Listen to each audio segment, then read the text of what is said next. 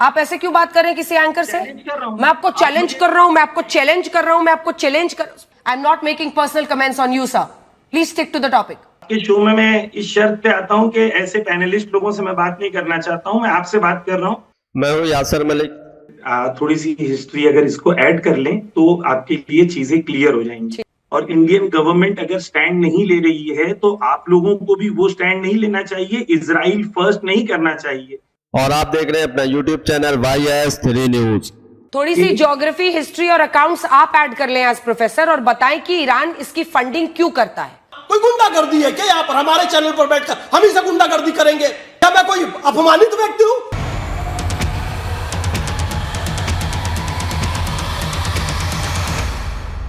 गोदी मीडिया की एक बार फिर से इंटरनेशनल बेइज्जती हुई। गोदी मीडिया के एंकर अंजना कश्यप और ईरानी प्रवक्ता जमीर अब्बास के बीच में एक तीखी बहस हुई, जहां पर जमीर अब्बास ने गोदी मीडिया एंकर अंजना कश्यप के ऊपर प्रो इजरायली एजेंडा चलाने का आरोप लगाया और उसके बाद अंजना कश्यप ने भी जमीर अब्बास को तीखी तीखी सुनाई। दोनों के बीच में बहुत कड़ी बहस हुई है और ईरान का अगला प्लान क्या है और ईरान के और अमेरिका के बीच में जो सीज फायर हुआ है उसका किसने उल्लंघन किया है, क्या फिर से ये जंग शुरू होगी, क्या ईरान की मंशा है, पूरी बातें इस डिबेट के अंदर है। आप लोग सुनकर जाइए, ईरान का क्या आगे का प्लान है वो भी आपको समझ में आएगा। और जो यहाँ पर गोदी मीडिया एंकर अंजना कश्यप की इंटरनेशनल बेइज्जती हुई है, जो तीखी बहस हुई है, उसके बारे में आप लोग जरूर देखकर जाइए और अपना कमेंट कीजिए।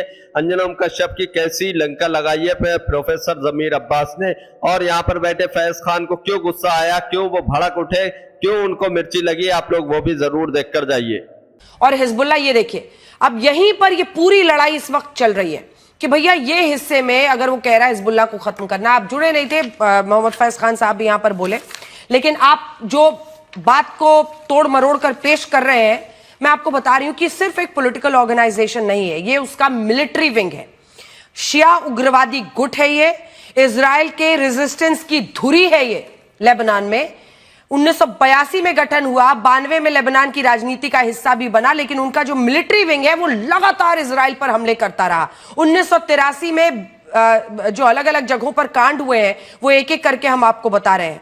1985 में विमान अपहरण कांड, 1996 में खोबर टावर हमला, इजरायली सैनिकों का अपहरण किया 2006 में, 2008 में बेरूत के कुछ हिस्सों पर कब्जा किया, 2011 में यूएन ट्राइब्यूनल ने लेबनान के पूर्व पीएम रफीक हरीरी की हत्या का दोषी पाया इसी हिजबुल्लाह को। 2023-24 में इजराइल के गाजा युद्ध के दौरान इजराइल पर इसने हमले किए।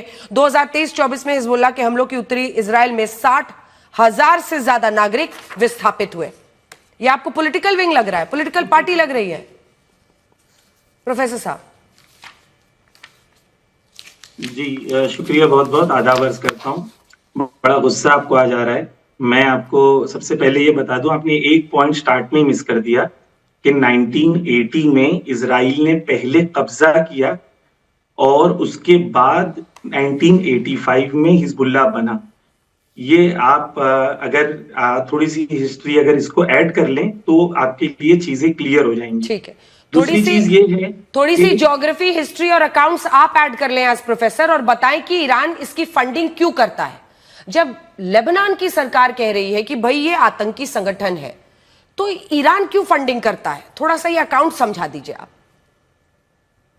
मैं सब समझा दूंगा आपको, अगर समझने के लिए तैयार हो तो सब समझा दूंगा आपको मैं।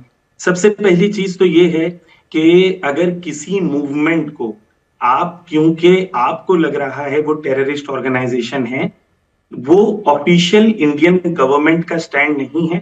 अब फिर आपने गोल पोस्ट चेंज किया। देखिए जमीर साहब, नहीं आप गोल पोस्ट रोज चेंज करते हैं और फिर कह रहे हैं आप समझना नहीं चाहती हैं, आप समझना। मसला मैं नहीं हूं, मसला हिजबुल्लाह है, मसला लेबनान है, मसला युद्ध में शांति है, मसला सीज फायर है, क्योंकि सीज फायर की तरफ बढ़ेंगे तभी दुनिया में शांति आएगी, तभी जो लोग सिलेंडर, गैस, ऐसी चीजों के लिए परेशान हो रहे हैं वो खत्म होगा। आप समझ रहे हैं कि नहीं समझ रहे हैं? Why this issue is a matter of concern. युद्ध नहीं, आप वही बात रोज कहते हैं भारत सरकार ने नहीं माना। अरे भारत सरकार की चिंता आप छोड़ दीजिए, ईरान में बैठकर मैं जो सवाल पूछ रही हूं उसकी बात कीजिए, क्योंकि इंडिया का इस डायरेक्टली इस फाइट में कोई लेना देना नहीं है। इंडिया किसको क्या मानता है वो आप छोड़ दीजिए। मुझे ये बताइए ना कि जिसने ऐसे आतंकी घटनाओं को अंजाम दिया हो वो पॉलिटिकल पार्टी तो हो नहीं सकती। लेबनान जहां वो रहते हैं, लेबनान की सरकार कह रही है कि भाई तुम आतंकी हो, चले जाओ, और ईरान कह रहा है, डिफेंड कर रहा है। इस पर तो आप जवाब ही नहीं दे रहे हैं। मैं आपको सब जवाब दे दूंगा अगर आप जवाब देने दें और बीच में ना बोले, ठीक है? आप 30 सेकंड में बोलता हूं, उसके बाद आप 1.5 मिनट आप बोलती हैं, या तो आप वो जवाब 1.5 सुन मिनट में लें। इसलिए बोलती हूँ क्योंकि आप रोज आपका रिकॉर्ड एक ही जगह घिसा रहता है। जैसे हिजबुल्लाह का नाम लूं, भारत सरकार ने उनको आतंकी संगठन घोषित नहीं किया है। अरे हमास का नाम लिया ना, इजराइल की पार्लियामेंट ने लिया। फिर आप टॉपिक पे रहिए और मुझ पर टिप्पणी करने से बचिए, नहीं तो आपका भी हिस्ट्री ज्योग्राफी और टिप्पणी करेंगे तो फिर उसी में पूरा टाइम जाएगा। मैंने आपको पहले भी कहा है, please refrain from commenting on me. You please talk on the topic because I'm sticking to the topic. I'm not making personal comments on you, sir. Please stick to the topic. मैं आपसे सिर्फ इतना कह रहा हूं कि आप सवाल पूछते हैं तो जवाब भी सुने। बोलें। ये एक बहुत ही फेयर तरीके से इंसान का एक्सपेक्टेशन है कि सवाल का जवाब देने दे, पूरा जवाब सुन ले, फिर आप अपना जो भी आपको जवाब देना है, रिबटल देना है, वो मैं दूंगा, आप दीजिए, ठीक है? पहली चीज तो ये है कि हिजबुल्लाह का जितना भी आपने लिस्ट गिनाई, मैं आपको ओपनली चैलेंज करता हूं कि नॉन इजरायली और नॉन अमेरिकन इंटरेस्ट पर एक भी मुझे इंसिडेंट बता दे जहां पर हिजबुल्लाह ने अटैक किया हो, कहीं पर भी एक जगह। मैं आपको ओपनली लाइव प्रोग्राम में चैलेंज करता हूं। आप आतंकी आतंकी बोलने से वो आतंकी नहीं हो जाएंगे, और इंडियन गवर्नमेंट अगर स्टैंड नहीं ले रही है तो आप लोगों को भी वो स्टैंड नहीं लेना चाहिए, इजराइल फर्स्ट नहीं करना चाहिए। आपको सोचना चाहिए कि एक ऐसी ऑर्गेनाइजेशन है जिसका एक महत्व है। और आप देखें, जब इंडियन एम्बेसडर गए थे सैयद हसन नसरुल्लाह से मिलने के लिए, ये इंडियन मीडिया में प्रिंट में अवेलेबल है, तो उन्होंने क्या कहा था? उन्होंने कहा था कि मैं महात्मा गांधी से इंस्पायर्ड हूं, लेकिन इजराइल जैसा वहशी जिसने साबर शतीला जैसे मैसेकर किया है, जो यूनाइटेड नेशन ने मेंशन किया है, जहां पर मर्दों को मार के औरतों को बलात्कार करके और मर्दों को उठा के उन लोगों ने कुएं में डाल दिया था, आप मैसेकर्स की बात करती हैं? आप जाके इजराइल के मैसेकर सर्च करिए, एक खाली सर्च करेंगे आपको 100 से ज्यादा मैसेकर्स ऐसे मिलेंगे जहां पर इजराइल ने मैसेकर्स किया है। आप देखिए, फिर आपको मैं टोक रही हूं, आपको, क्योंकि आप पॉइंट से बिल्कुल हटकर दूसरी दिशा में जा रहे हैं। मैं ना इजराइल को मॉरल सर्टिफिकेट दे रही हूं, ना मैं ईरान को मॉरल सर्टिफिकेट देने वाली कोई हूं, ना मैं अमेरिका को मॉरल सर्टिफिकेट दे रही हूं। मैं तीनों को उसी लेंस से देख रही हूं और तीनों कहीं ना कहीं चूक करते नजर आ रहे हैं। मैं आपकी तरफ बायस्ड नहीं हूं, पॉइंट नंबर 1। पॉइंट नंबर 2, मैं आपसे फिर से वही सवाल पूछ रही हूं जो सवाल कायम है कि जब लेबनान की सरकार ने उनको आतंकी घोषित किया है, तो ईरान उनकी वजह से इस सीज फायर को क्यों खतरे में डाल रहा है? सिंपल क्वेश्चन है, please try to answer that. I am not giving a moral certificate to Israel, I am not giving a moral. आप देखते हैं कि रोज डोनाल्ड ट्रंप की नीतियों को लेकर किस तरह की मैं निंदा करती हूं अपने शो में, लेकिन आपसे जो मैं पूछ रही हूं उसका जवाब देने की कोशिश तो करें। आप बायस ना हो। मैं जवाब दूं कि calling somebody bias is very personal, और आप कह रही है मैं पर्सनल नहीं कह रही हूं। ये तो आप तो दो लाइन में चैलेंज कर रहे हैं, मैं आपको चैलेंज करता हूं। आप ऐसे क्यों बात कर रहे हैं किसी एंकर से? मैं आपको चैलेंज कर रहा हूं, please stop this. All I am saying is please answer my question sir, and I will move on to the other people. ये 6 लोग हम दोनों का चेहरा देखने नहीं आए हैं, ना हमारी audience. My question to you sir is, Lebanon की सरकार ने हिजबुल्लाह को आतंकी संगठन घोषित किया है, ईरान उनकी वजह से इस सीज फायर को क्यों खतरे में डाल रहा है? डिबेट को पूरा देखकर जाइए, अभी और तीखी बहस होने वाली है अंजुम कश्यप जमीर अब्बास के बीच में, और ज्यादा गोदी मीडिया इंटरनेशनल बेइज्जती होगी। पूरी डिबेट देखिए। ओके, आप इतने अजीब मुझे आपके सवाल लगते हैं। पहली चीज तो ये है कि कल इजराइल ने मैसेकर किया है, 300 से ज्यादा लोगों को 10 मिनट में मार दिया, जिसके अंदर 50% से ज्यादा बच्चे और महिलाएं हैं। और इजराइल के इस मैसेकर और टेररिज्म को आप आके जो मार रहा है, जिसने सीज फायर तोड़ा, उसको बोलने के बजाय आप उसको बोल रहे हैं कि जो मारा जा रहा है। अजीब सवाल है ये। आप ये सवाल नहीं समझेंगे, आप नहीं समझेंगे ये सवाल, आप ये सवाल नहीं समझेंगे। अमेरिका से जो हमारे साथ मेहमान जुड़े हुए हैं जसदीप जी, अब इजराइल या तो चकमा दे रहा है अमेरिका को, लेकिन अमेरिका भी कह रहा है लेबनान इसमें शामिल नहीं है। इजरायली एम्बेसडर कल यहीं बैठे थे मेरे सामने और उन्होंने साफ कहा था, we will continue to pound, word उन्होंने यूज किया था, we will continue to pound Lebanon. मतलब इतने लोग तो उन्होंने इतने दिनों में नहीं मारे जितने एक दिन में नेतन्याहू ने मार दिए हैं। क्या आपको लगता है कि ये सही है? ये जाहिर तौर पर एक इमोटिव इशू वहां पर बनेगा मिस्टर जसदीप। जी, इसके लिए लेबनान की हिस्ट्री समझना बहुत जरूरी है अंजना जी। जैसे आप कह रही थी, लेबनान एक बहुत पीसफुल कंट्री है था, जहाँ पे की मेजॉरिटी पॉपुलेशन मुस्लिम थी और मिनॉरिटी क्रिश्चियन थी, पर वो लोग आपस में पूरी बराबरी से गवर्नमेंट में शामिल होते थे। और यहाँ पे ईरान ने उसका फायदा उठा के हिजबुल्लाह को तैयार किया, एक आतंकी ऑर्गेनाइजेशन को तैयार किया, जो कि सिर्फ इजराइल ही नहीं, उन्होंने हर तरफ की आतंक फैलाने की कोशिश करी। और अभी आपके स्क्रीन पे उन्होंने जहां जहां आतंक फैलाया वो उसकी लिस्ट सामने आ रही थी। और मैं प्रोफेसर साहब पूछे थे, उन्होंने कहा एक प्रूफ बताएं। आपने तो पूरी लिस्ट चलाई है हिजबुल्लाह के आतंक की। और पिछले महीने ही लेबनान ने ईरान के राजदूत को निकाल दिया वहां से। उन्होंने हिजबुल्लाह के ऊपर उनकी मिलिट्री विंग पे प्रतिबंध लगा दिया। और ये सब वो चाहते हैं वहां की सरकार कि इसमें हमारी मदद की जाए। हाँ, बिल्कुल गलत है युद्ध में बेदोष लोग मरने, किसी भी साइड से हम उनको कंडेम करते हैं। पर ये जो मैं समझता हूं कि ये जो डायलॉग्स होने जा रहे हैं इस्लामाबाद में, वहां तक जाते जाते ये वाली लेबनान की भी जो अभी हमले चल रहे हैं ये भी बंद हो जाएंगे। और मैं समझता हूं कि सीज फायर जो है इसके पॉजिटिव हम देख के आगे बढ़ रहे हैं। अब यूएई पे और दुबई पे और सऊदी अरेबिया पे आज पहला दिन है कि कोई ड्रोन्स और कोई मिसाइल्स नहीं आए हैं, लेकिन बोल रहा हिजबुल्लाह है को भी लेबनान पर कौन झूठ बोल रहा है? ट्रंप जी के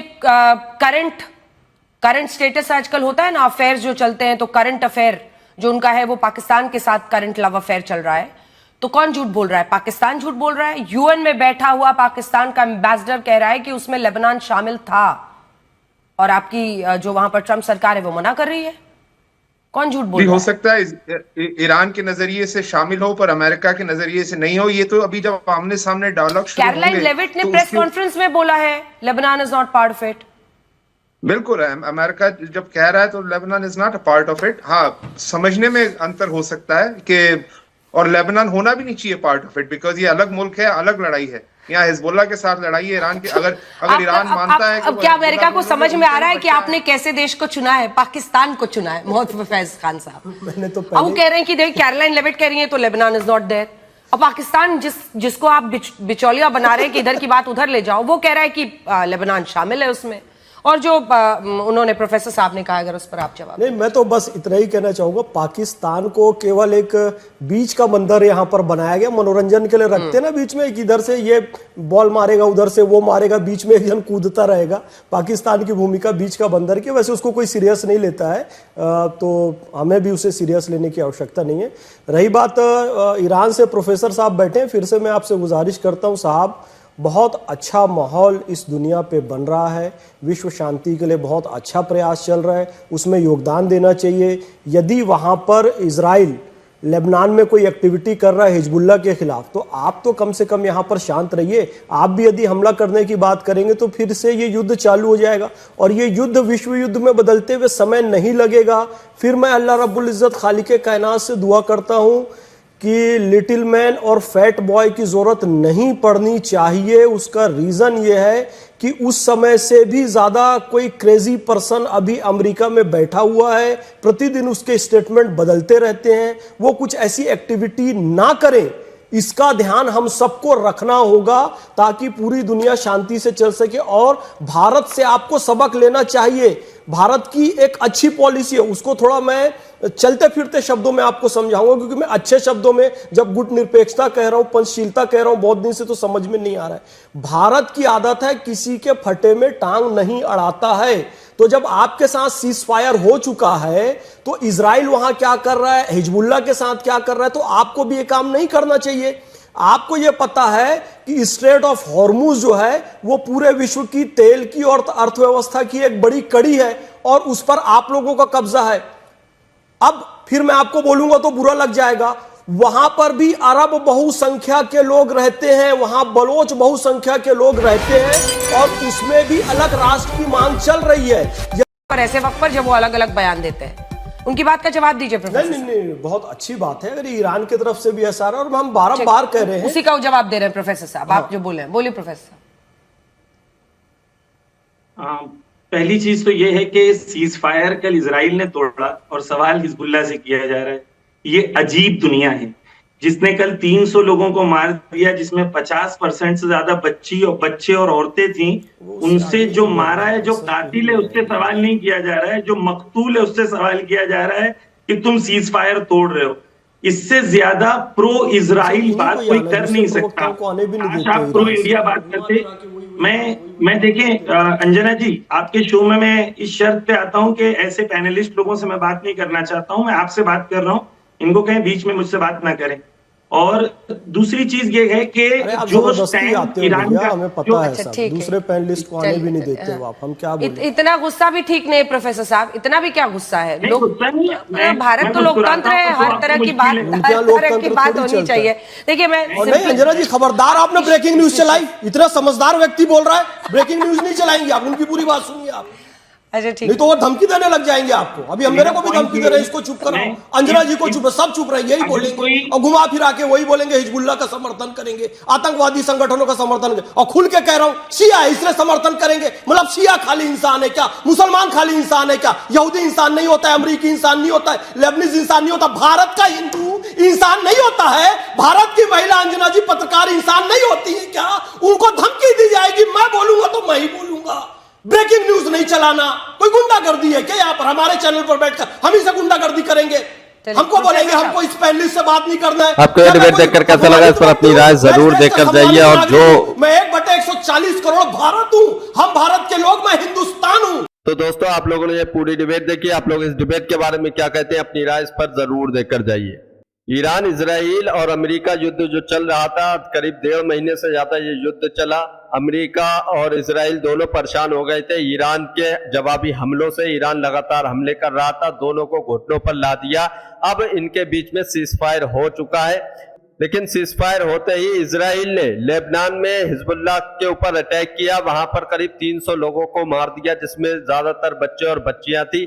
जिसके बाद अब ईरान फिर से इस जंग में कूदने की तैयारी कर रहा है। जंग में ईरान ने जो है सपोर्ट किया है हिजबुल्लाह का। लेबनान में जो हमला किया है इजराइल ने, उसकी कड़ी निंदा भी ईरान कर रहा है, जिससे अब पूरी दुनिया की नजरें फिर से ईरान के ऊपर आ गई हैं। और इजराइल ने ये हमला क्यों किया, जब एक तरफ सीज फायर हो गया था, और जो बीच में पाकिस्तान ने जो सीज फायर कराने की बातचीत चल रही है कि पाकिस्तान बीच में आया, अमेरिका ने पाकिस्तान को डाला था बीच में, तो पाकिस्तान कहने पर ये मतलब सीज फायर हुआ है, जिसको अब कोई भी सीरियस नहीं लेता भारत में। पाकिस्तान के मेजर ये कह रहे हैं कि इस जो सीज फायर हुआ है ईरान और इजराइल के बीच में, इसमें लेबनान भी शामिल था, लेबनान की कंट्री भी शामिल थी, कि इनके साथ भी सीज फायर है। लेकिन अमेरिका इस बात को ठुकरा रहा है कि ईरान, इजराइल के बीच और हमारे बीच में सीज फायर हुआ है, इसमें लेबनान और हिजबुल्लाह शामिल नहीं थे, और इजराइल ने इसी बेस पर जो है हिजबुल्लाह के ऊपर हमला किया, वहां पर लोगों को मार दिया। अब ये बात बड़ी पेचीदा फंस गई है कि आखिरकार सच कौन बोल रहा है, झूठ कौन बोल रहा है, क्या पाकिस्तान झूठ बोल रहा है या फिर अमेरिका झूठ बोल रहा है, ये आगे बात समझ में आएगी। लेकिन जो इजराइल ने हिजबुल्लाह पर हमला किया, लेबनान पर हमला किया, निर्दोषों को मारा, ईरान उसका जवाब देने के लिए तैयार है। ईरान ने उसकी कड़ी निंदा भी की है, और तमाम देश अब इस पर नजरें जमाए हुए हैं कि इजराइल ने आखिर सीज फायर का उल्लंघन क्यों किया। क्यों नेतन्याहू अमेरिका को फंसाने की कोशिश कर रहे हैं, या नेतन्याहू इस जंग को खत्म करना नहीं चाहते हैं, ये देखने वाली बात होगी। आप लोग इस पर क्या कहते हैं, कमेंट जरूर करके जाइए। और जो पाकिस्तान बोल रहा है, क्या पाकिस्तान झूठ बोल रहा है या अमेरिका झूठ बोल रहा है इस सीज फायर को लेकर के? लेबनान इस सीज फायर से बाहर था, ईरान और इजराइल के बीच सीज फायर हुआ, तो आप लोग इस पर क्या कहते हैं, कमेंट जरूर करके जाइए। और आप लोगों ने देखा कि किस तरीके से यहाँ पे ईरानी प्रवक्ता जमीर अब्बास ने कुछ बातें बताई कि मतलब जो हिजबुल्लाह के ऊपर हमला किया है, वहां 300 लोगों को मार दिया गया है इजराइल की तरफ से। तो इस पर ईरान की क्या अगली प्रतिक्रिया है? क्या अब ईरान फिर से हमला इजराइल के ऊपर करेगा? क्या इसका बदला लेगा? क्या होने वाला है? ईरानी प्रवक्ता ने सारी बात बताई कि जो है कड़ी निंदा की जा रही ईरान की तरफ से इसकी, और सीज फायर का उल्लंघन क्यों इजराइल ने किया है, इस पर बातचीत होगी। और आगे क्या बातचीत होगी और क्या शर्तें रखी जाएंगी और क्या अमेरिका इन शर्तों को मानेगा, ये देखने वाली बात होगी। एक शर्त ये भी सामने आ रही है कि यूरोप में ईरान की करीब 11 लाख करोड़ की जो संपत्ति थी उसको फ्रीज अमेरिका ने कर दिया था, और ईरान ने अब इस सीज फायर के चलते हुए इस शर्त को रखा है कि 11 लाख करोड़ की जो यूरोप में ईरान की संपत्ति है उसको अनफ्रीज किया जाए। और सुनने में यह आ रहा है कि अमेरिका ने ईरान की इस शर्त को मंजूर कर लिया है, लेकिन अभी तक ऑफिशियल कोई भी आंकड़ा नहीं आया है।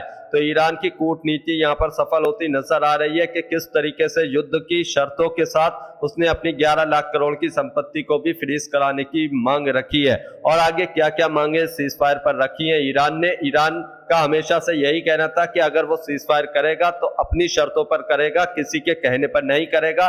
तो वही देखने को मिल रहा है, ईरान अपनी शर्तें लगातार बढ़ाता जा रहा है, रखता जा रहा है और अमेरिका ईरान की शर्तें मानने पर मजबूर है।